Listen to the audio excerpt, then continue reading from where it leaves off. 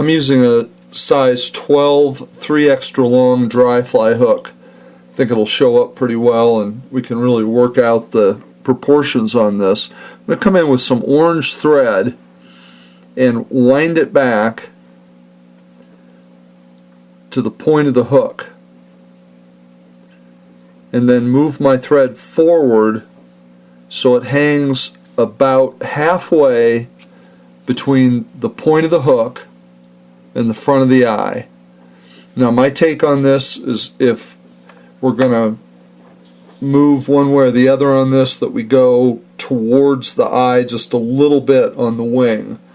This is the position where our wing is going to be mounted each time. Now, some of you have not tried this type of wing before.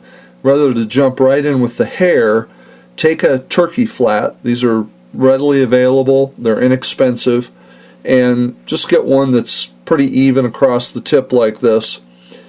Then any of the fluffy stuff, wherever it starts in here and it's fluffy, just rip it off the side of the quill and take off both sides.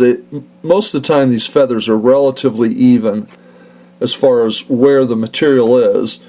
This one wasn't exactly the same.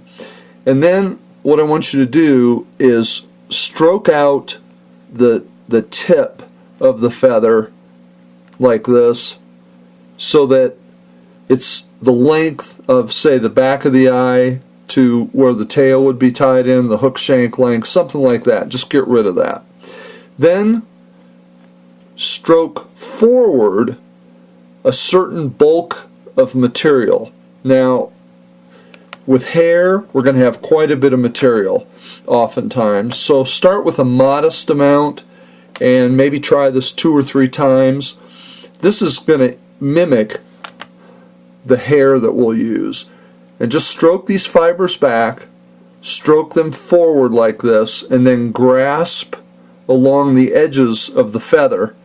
Measure so that the tips are right behind the eye of the hook, and then where the barb was, put your thumbnail about there. That's the length of the wing on the fly like this. Move the thumbnail to where the thread is and tie the material in.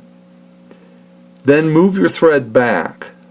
The reason we do this is if we move the thread forward, we change the position of the wing and we change the length of the wing. We've established our spot here where we want the material to be. Then clip out the excess. You can prepare this feather for another fly, even stroke it the same amount of material forward, and then it's ready the next time we pick it up. Alright, once this is tied in, we're mostly going to wrap the butts of it down, and this would make a fine fly. And if you decided to use turkey flats for a fly, that'd be fine. Now as we come forward with our thread, we don't want to go in front of the position where we tied the wing in. Whether it's hair or turkey flats, we're going to stroke the fibers back, come in with our thumbnail and crimp it. That'll help the material to stand up. Then we take a few wraps in front. See, I move the thread forward and make like a little ramp in here. Push the thread back on the material. That'll stand it up. Now we have a wad of material. In this case, it kind of splits for us. But this is the way that we're going to split this.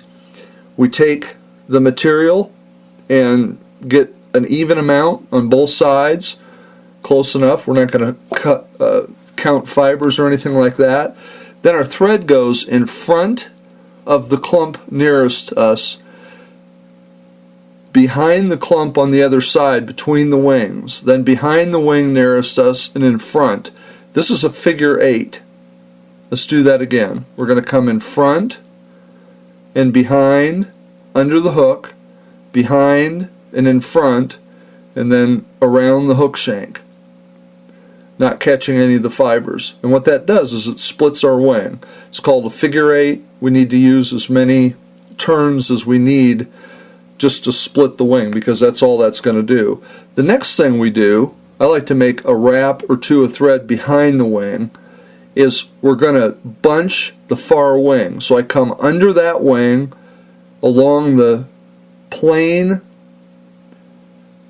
that's parallel to the hook shank, around the wing, like so. And we do this from the bottom up, and usually I have to grasp this wing to do this. Now once we're done with that, we come underneath, in front, and then again a couple wraps behind. And we do the same thing on the wing nearest to us. We come underneath the wing to the back. The tendency of the material is going to go forward, so we're pulling the material back with our thread. And you can see I'm not trying to move the wing. We can move it around with our thread like this, but we're really not trying to do that. All we're trying to do is bunch it. Then with this one, when we're done, we go behind the wing on the other side, make a couple wraps behind and front if we want, and what we have is a pair of wings. If they're at a 90-degree angle, I suppose, a 45-degree angle to the hook, something like that, that should be about right. It's a matter of taste. I usually push this back. Some people put a drop of head cement in there. I don't care to do that. Particularly, the hackle will hold the wing in place, and then our wing is complete. So this is the method we're going to use, and I would say try this 6 times with whatever size hook you're going to use to get the wing in the proper position. Try tying this 6 times. When you're done with number 1, because the hooks are the most expensive, the turkey flats are cheap, just come in with some kind of a cutting tool, a razor blade or something like that. Don't cut your fingers off. Cut the material off the hook, like so.